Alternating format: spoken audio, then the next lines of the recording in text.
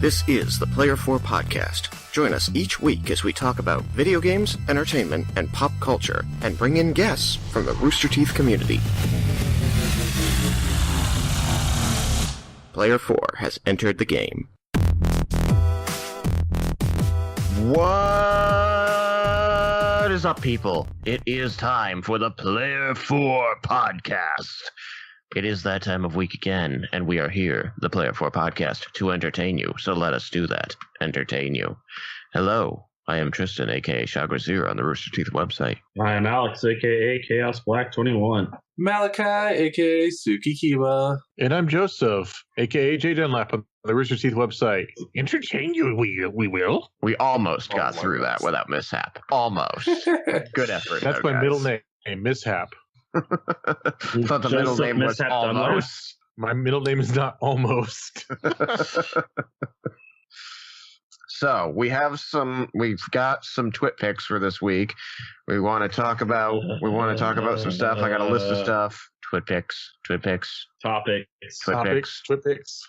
The twit picks for this week are, we wanted to take a moment to talk about the RTX Ambassador Program. Tristan and Malachi started playing EVE online and are learning how to do it. Tristan tries to kill fictional characters because he loves killing fictional characters in D&D. And Malachi's Meanderings. Fine.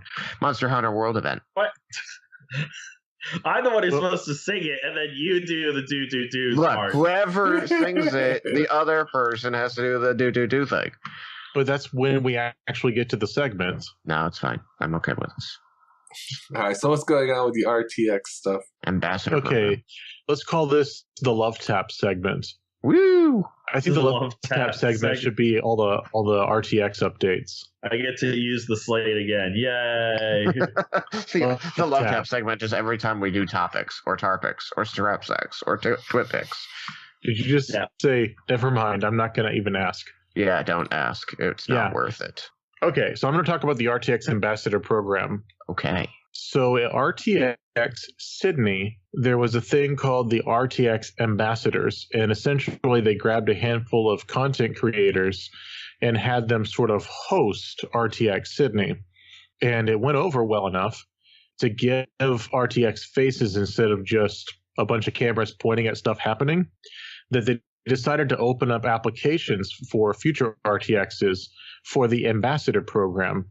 So community members who are content creators are invited to apply through, I'm going to guess, filling out an application. In addition to that, making a video of themselves to show what they're about. And then they will be the faces of RTX. They will be the people that you see on camera as a continuity thing. And that's the RTX Ambassador Program. Whoopee. Okay, so wait. You make a video about yourself, and then if you get in, what do you do?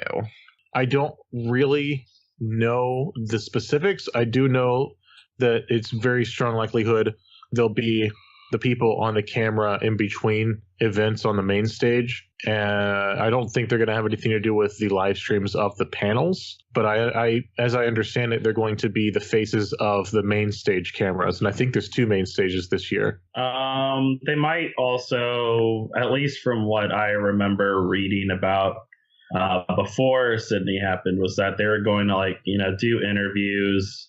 They probably will announce what's coming up, that kind of stuff, like panels that might be happening later that day, whatnot. So I don't think it's just going to be main stage stuff. I think they're going to be out on the floor doing stuff too. I like that idea. That's needed for RTX to really get into 2018. And also interviews makes it basically like a really good, VIP press badge sort of idea. Did the VIP thing work out well last year? I have no idea. From what I understand, because remember I was VIP a few years ago, not because I spent money on it, because I didn't. And there was a lounge where you could sit and watch the main stage on a TV, and then opt not to swarm any Rooster Teeth personalities who walked in the room. So you would just sit there. and then you could buy drinks in the lounge. You could buy; they weren't free. So no, that didn't happen either. And then you got to cut lines for panels. That was my experience. And then there was a VIP party where once again you tried not to be the person swarming all the Rooster Teeth personalities. So you tried not to. Everybody else was trying to be the person swarming them. I tried to be the person who would wait until people weren't swarming them, and that just didn't happen usually. Like I think I had a 2-second conversation with John Reisinger, and I shook someone's hand, and that was it. So that wasn't my scene.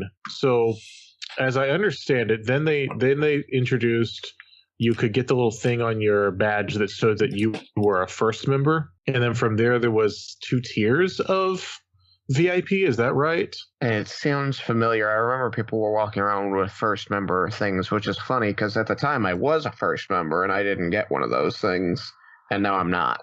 I'm not either, actually. I don't know if the first member thing actually gave you all that much. It gave you access to something, though. It was more than nothing. Yeah, but it still wasn't like a super like amazing thing. I mean, that still was left to like the VIPs like stuff. Like I wouldn't call them VIPs. What if you were a first VIP? I wouldn't call that 2 tiers. They still had 1 tier of VIPs, and then they had an extra thing for people if they were first members. Well, I think that's it for RTX. All right, except that it's coming soon. It's like in August. Early August. And it's still winter up here in the Northeast. Yeah, it's still did I mention a little over 3 months. Did I mention on the podcast yet that I get to be a Spectre again? Oh, you didn't. Not on the podcast. I did not. So you guys get to be Guardians. Malachi just gets to attend for the first time, right, Malachi? Is Malachi even going to attend? I mean, let's be honest. He hasn't said anything. I'm poor. He's not, but I keep trying. And then I'm going to be, at the very least, just a Spectre, and I'm not actually going to attend with a badge. So if I get to go around the floor looking at exhibits and that kind of thing, buying things for the kids, it's probably going to be with the exhibitor badge for side quests. That's my plan. I think a few of us were talking about doing that, either being Guardians or just not having a badge. But I will be at side quest. You can look out for me there. It'll be fun. So now we move on to Tristan and Malachi playing EVE Online. Hey, Tristan, remember that time that I streamed EVE Online for about a month and then moved to bad internet? Yeah, it was awesome. You had good internet, and then you got a better house with worse internet. That is exactly what happened. And I had a good time streaming that. You were always there. We had, at some point, I think we reached almost a dozen people on my Twitch, which was amazing. People liked watching you fight the other poopy ships. Yeah, the poopy ships. No, I don't know. My character was actually kind of leveled up. So the reason I bring that up is for some reason in the past 2 years, I missed the fact that EVE has a permanent free-to-play, like trial version of the game. And that happened, and I missed it, and you guys are partaking in that as of what, today? Yeah, just downloaded it. Tell me about it. I kind of had a craving for a space or like sci-fi game that was, flying around with ships. And I remember trying this game back when it was, they just had the small trial period of like 15, 30 days, whatever it was. And I was like, this is nifty. And then I never went back to it because I didn't have the money to pay for it. So I told Tristan, I was like, hey, I kind of want to play a new game. And I was like, what about EVE? And he's like, sure. So that's what led us to start playing it. Tristan said, sure. I said, sure, because I was like, Joseph played this game. Yep. So are you guys just done with Ragnarok then? No, we'll still. It's just another game to dabble with. These are all just. It's just so that we have stuff to jump between, do a little of this, do a little of that, because anything online like that gets a little grindy, and you can't do the same thing all the time. You got to grind something else for a while before you come back to grinding that first thing. Bow chicka bow wow. There's a term for that, but. Yeah. So what's your hot take, guys? This is my side grind. What's your hot take on EVE Online, guys? When I originally played it, I thought it was a pretty game. It was pretty cool with the whole space and how open, you feel like you're in space because it feels vast. It feels really fast when you zoom out to the point that you can't see your own. You're a speck on the screen, like a pixel. Not even. So, well, we just started dabbling in a bit. We're not really going to get into the juicy bits yet. Will you play for what, half hour so far? Yeah, we got through character creation and making a tutorial. So character creation was interesting. I did not imagine the game where you're basically just a ship floating around hoping not to get blown up by anything while you gather minerals, that they would bother with giving you, a character model. And so we dicked around with the giving ourselves beards and tattoos and stuff, and then chose the bloodline stuff. So we went with the Gallant. That's the race organization. You chose incorrectly. Huh? You chose incorrectly. You should have been Amar. I mean, we liked the look of the Amar ships. I just didn't really like the whole idea of a faith-based race. The reason that Amar is good is because they are armor tankers. So they have to eat through your shields, and then you tank the armor and just heal up the armor the whole time, and it never gets to the hull. Tristan, I told you they were Protoss. They really are the Protoss. If that's I need to go case. back and see if there's any archives on my Twitch of when I played it, and I'll show you guys some examples of armor tanking, because there was actually a while that I worked towards buying the ship that looks like Serenity from Firefly, and it turned out it was a shield tanker, and I tried it for like one battle and went nope, and I went back to my armor tanker. So what kind of ships do you guys have? Is it shield tanking, armor tanking, hull tanking? I don't know. It appears to be hull tanking, if I had to guess, but I still don't understand the UI well enough to know. I just know that they set you up against like 3 bad guys during the tutorial that sit there and shoot missiles at you, which never goddamn miss. And so I'm just watching I've got 3 bars of what I assume is some form of health, and I'm watching the outermost bar turning red. I think it's shield because mine regenerated over time. Yeah, but it regenerated slow as hell. Well, shields regenerate over time anyway. The question is, I guess you guys wouldn't know with this being your first ship. The ships are conducive to certain types of styles of play, and I'm going to research that for you guys while we're talking. And then I'm going to interrupt the conversation and tell you what style of ship your race prefers. Right. So then you know how to build your ship, because you could build it incorrectly. You could give it pieces like, oh, this will regenerate the shields, and it turns out it's not a shield tanker, for example. So then you're just being inefficient. Yeah, this is more for just for fun. So even if we make a mistake, it's not a big deal. Like all that I was reading with about Eve, which I thought was kind of cool, was you could pretty much obtain everything. It just takes time, because there apparently is like 400 skills in the game, and you can learn every skill in the game. If you're an Omega account, you have to pay for it, but the subscription. But it said you'd take you 2 decades of training, training constantly to get everything in the game. Yeah, 2 decades. So we can obtain everything we need. It'll just take more time if we make a mistake. So, but I do appreciate the information. Well, no, I mean, Malachi, on the free, you only have access to some of the stuff. Yeah, we only have 2 million skill points we're allowed to, or 2 million of the EXP, whatever it rates it. Yeah, you were the one that read it. I don't remember. Oh, 20 million, not 20 million. Versus I have some information for you guys about Gallant ships. They are shield tankers. They use nanos to heal. They also can use drones, and they specialize in hybrid turrets. Yes, I remember reading about the drones and hybrid turrets. So you said shield tanks? They are shield tanks. So you would want to read up, if you get to a ship that you actually like, you want to read up on how to shield tank, because I honestly don't know. I'm a armor tanker. Gotcha. And with armor tanking, you let them eat up your shields first, and by that point, hopefully you've killed something. That's why armor tanking is good. But shield tanking probably is like they never get through the shields. I think that's the hope, because if you're shield tanking, that probably means that you don't really have a lot of hull or armor. Means once they get through, you're dead. I think the reason I had an issue, and then we'll move on, but I think the reason I had issue with shield tanking as Amar is Amar weapons, they don't use ammo. They actually use your capacitor. Mm-hmm.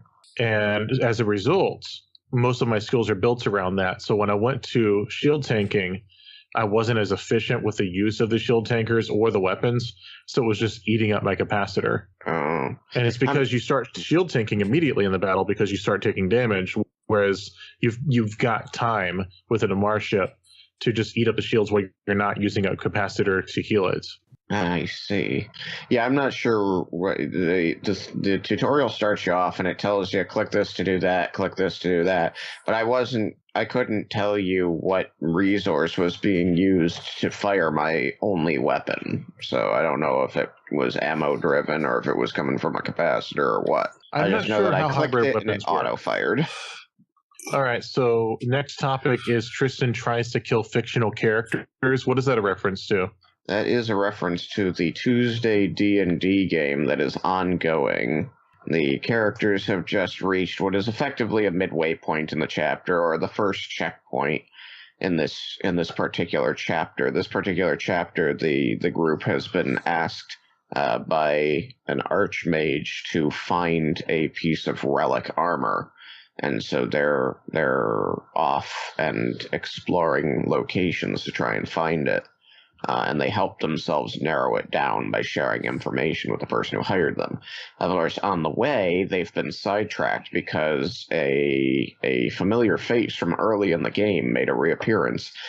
They received a letter from the cleric of the Raven Queen they met toward the beginning of the whole story, saying that he was still chasing after that necromancer that they ran into earlier and really needed their help. So they tracked down the cleric and the necromancer, and they've just completed the dungeon, which ended with the necromancer, his ritual, and a boss fight.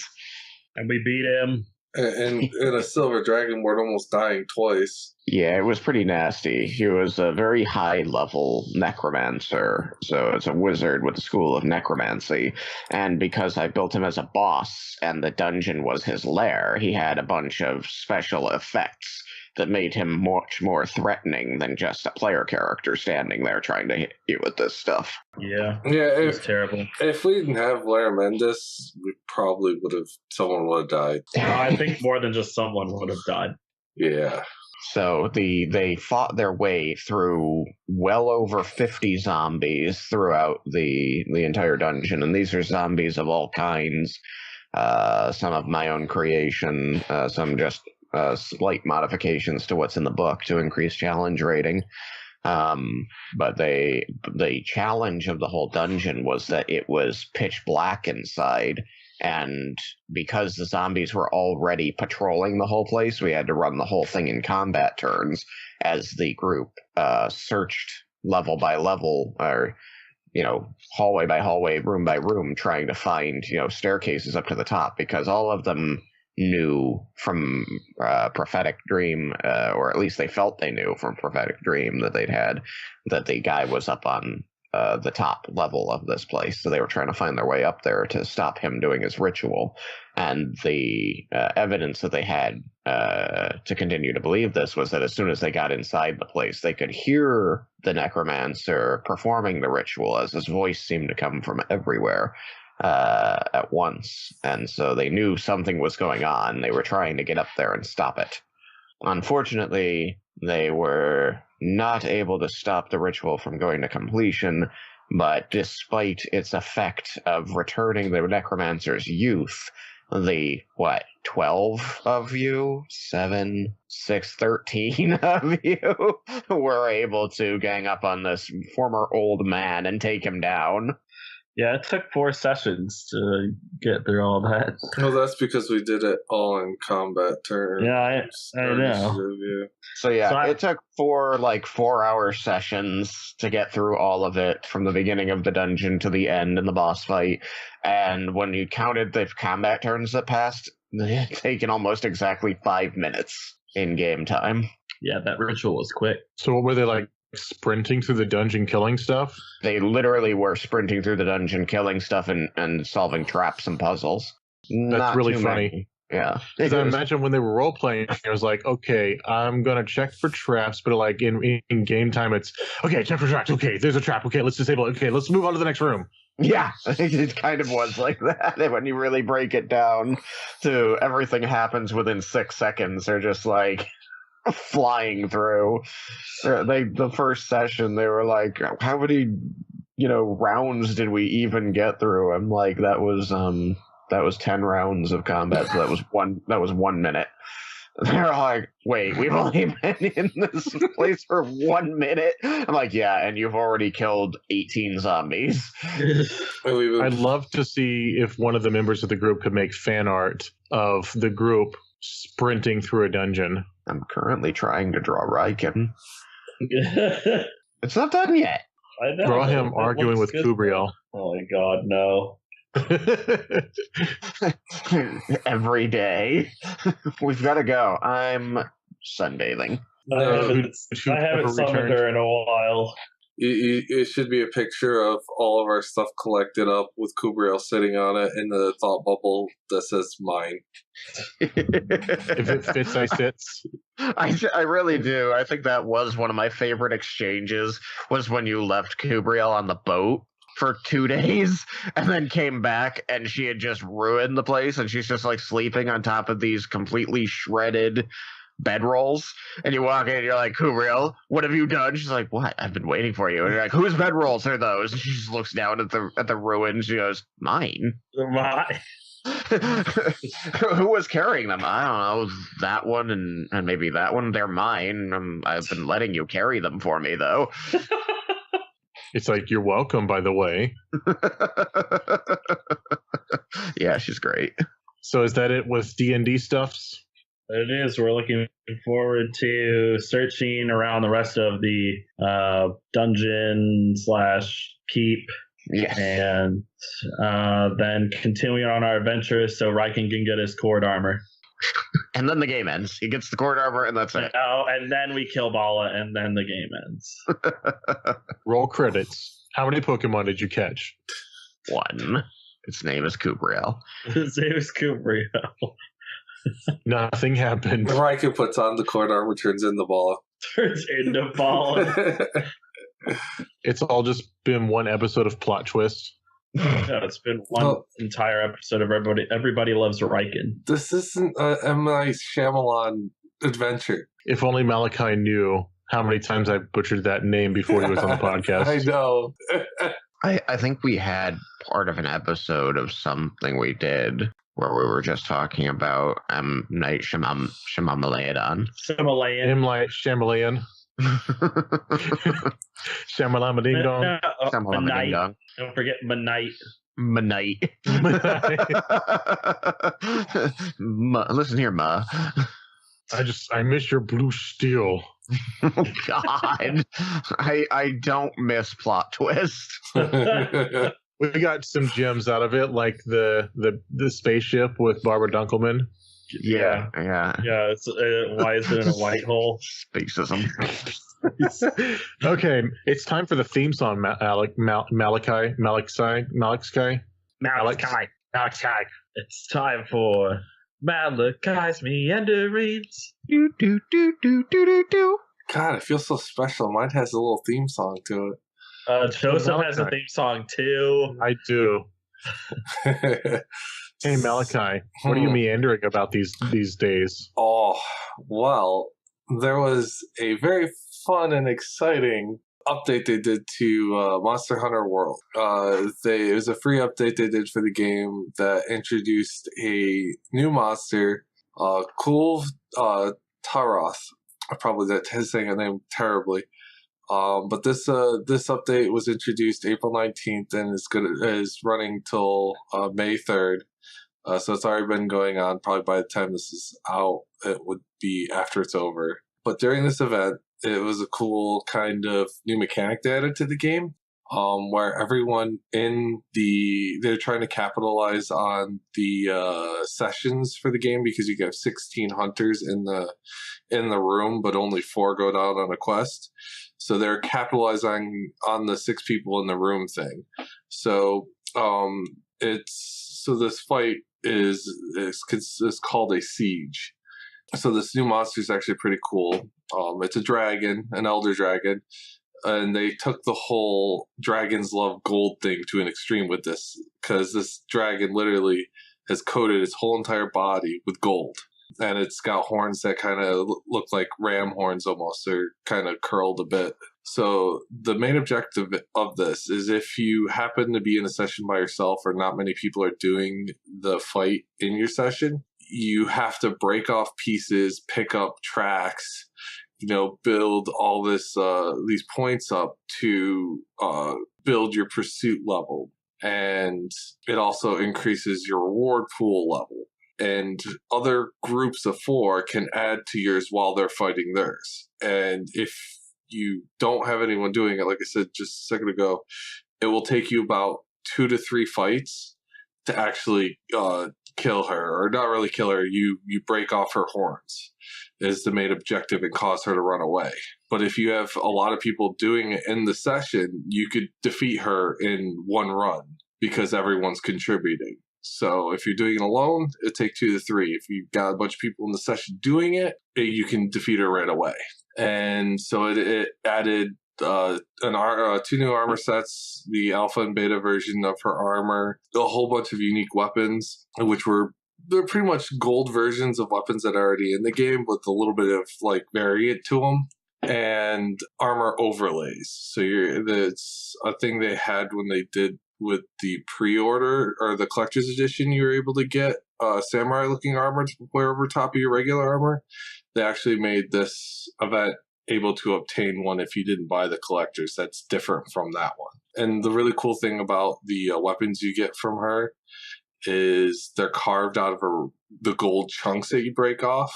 So basically the gold she's collected were weapons and stuff that she melted all over her body, and you separate it and make a weapon out of it. So it's not a petrified weapon anymore.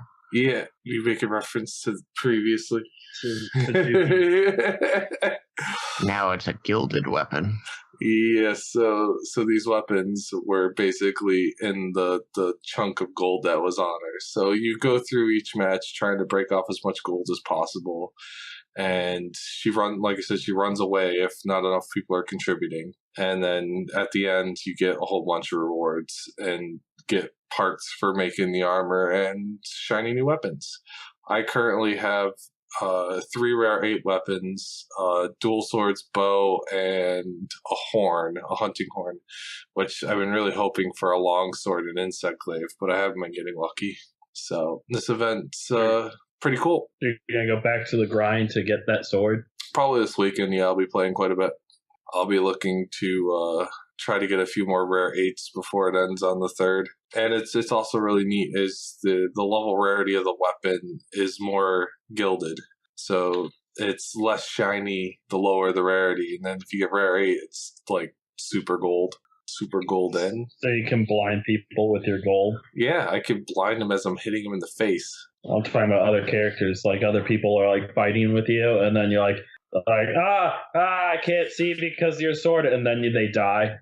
Because the monster then hits them. Oh, Alex. But anyways, so yeah, it's a pretty cool monster. It's a neat fight. They did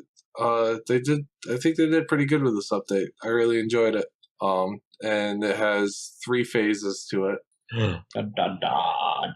But so that's my short recap on that, so I don't bore people with my Monster Hunter World. Exactly. So I hope that was interesting, and that's it. Reminds me of Reading Rainbow. Yeah, it reminded me of Reading Rainbow. Hey, Alex, remember the episode we did together a year and a half ago, or 2.5 years ago? I mean, that was 2.5 years ago or a year and a half ago. I need more information than that. Don't touch Caboose's Legos. I think I get it. Yeah. Yeah, that was the one where we did the Reading Rainbow da-da-da, and then we sang So Long Farewell together. Yes, I was not on that episode. That was a special episode. It was just me and Joseph. Whoa. What? It was our special time together. Yeah, it was the opposite of Tristan cast. It was. And it wasn't a Malik's cast either. Yeah, we don't even have a team name. Alex and Joseph. Now we're going to try to figure out a name. Oh, geez. Oh no. Done, Alex? No, I went to Joe Sex. Done, Sex? done, Lex. I like Done, Joe Lex. Sex. No. I forgot a topic. What's the topic of? He's writing it, I think. Oh, yeah. Oh no. How could you forget the most important of the twit picks? And what would that be? Well, I appreciate be that. asking you. Yeah, I appreciate Malachi staying in character, but what did I type? Malachi, you're the one who always gets to say it. Well, I think it's time to get the flip out of here. Yeah, it's time for getting the flip out of here. Good night, everybody. It's been a podcast. Good night. Hashtag goodbye. Goodbye. Hey, Caboose, are you excited about the new season of Red vs. Blue? I am so excited.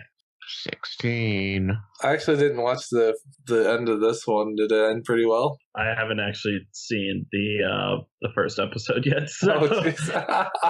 Good job. So that's something I've been meaning to do. I still have to watch Day 5, Season 2. I'm so behind on Rooster Teeth stuff. Well, the priority is that we're going to do a spoiler cast of Infinity War, even if it's a month late.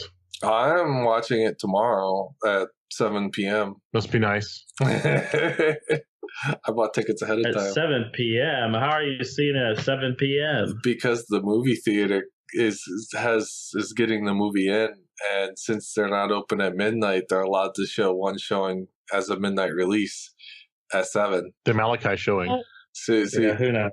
Yeah, you haven't heard of that thing? Because GameStop gets to do that down here in Corning too. Since they aren't open at midnight, they're allowed to release the game as they close at 9 o'clock for a midnight release. I've never heard that. Well, they're allowed to do it here, and they've been doing it.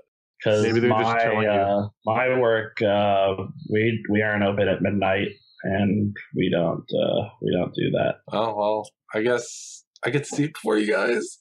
I mean, you're going to see it before me, anyways, because I don't go on opening night. I wait a few weeks. Few weeks. Well, I wait a few weeks so it dies down because I don't like watching with crowds. I'm gonna spoil everything, all of it. Yeah, enjoy having it spoiled by people who think they're being subtle. Well, I won't have to worry about that. You guys will have to worry about that.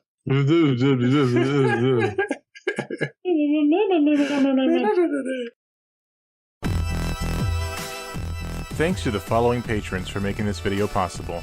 Support us at patreon.com/player4podcast.